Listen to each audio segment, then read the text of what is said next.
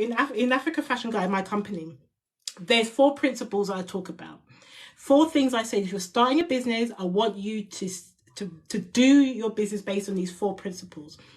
The first principle is that you source in Africa, that you are sourcing your materials, you're sourcing your products, you're sourcing your accessories. Even these earrings are from Kenya. These are made in Kenya. So you can be sourcing products, okay?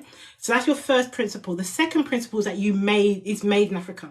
So you're doing manufacturing, means that you're working with weavers, artisans, manufacturers, you're doing all of that good stuff. You are making in Africa. The third thing now is that you are trading with Africa. That means you're doing business. That means that you're now exporting products to your country. Maybe you're from the USA. A lot of my clients are American. Many of them are European. A lot of my one-to-one clients, those in my academy, the Fashion Africa Business Academy, they are trading with Africa by manufacturing there, by exporting to their countries. But the last of the 4 principles of African fashion that we stand on, Africa Fashion Guide, is trade with Africa. Sorry, build with Africa. So you have this kind of thing. People call it white savior mentality. You must have heard that. They have this thing that unless you're white and you're coming into the continent, into the countries, that then you're here to save Africa.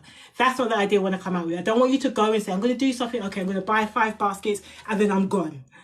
That's giving the kind of white savior mentality. You're going in, okay, I've bought some products, I'm going to help Africa. We're not here to help Africa. Africa can help themselves. Africa has been helping themselves. Africa is one of the richest nations on the planet. By 2050, about 40% of 2100, by 40% of the population of the world will be African.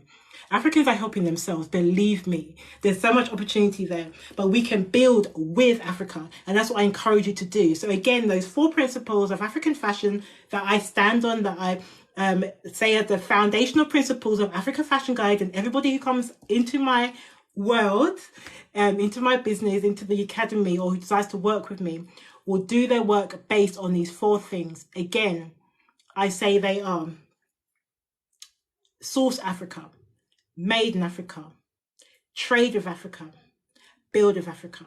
If you can have those as the foundation of your business, then as you start to build your house upon that, you will find that you have a solid rock. Does anybody have any questions for me you want to put into the comments?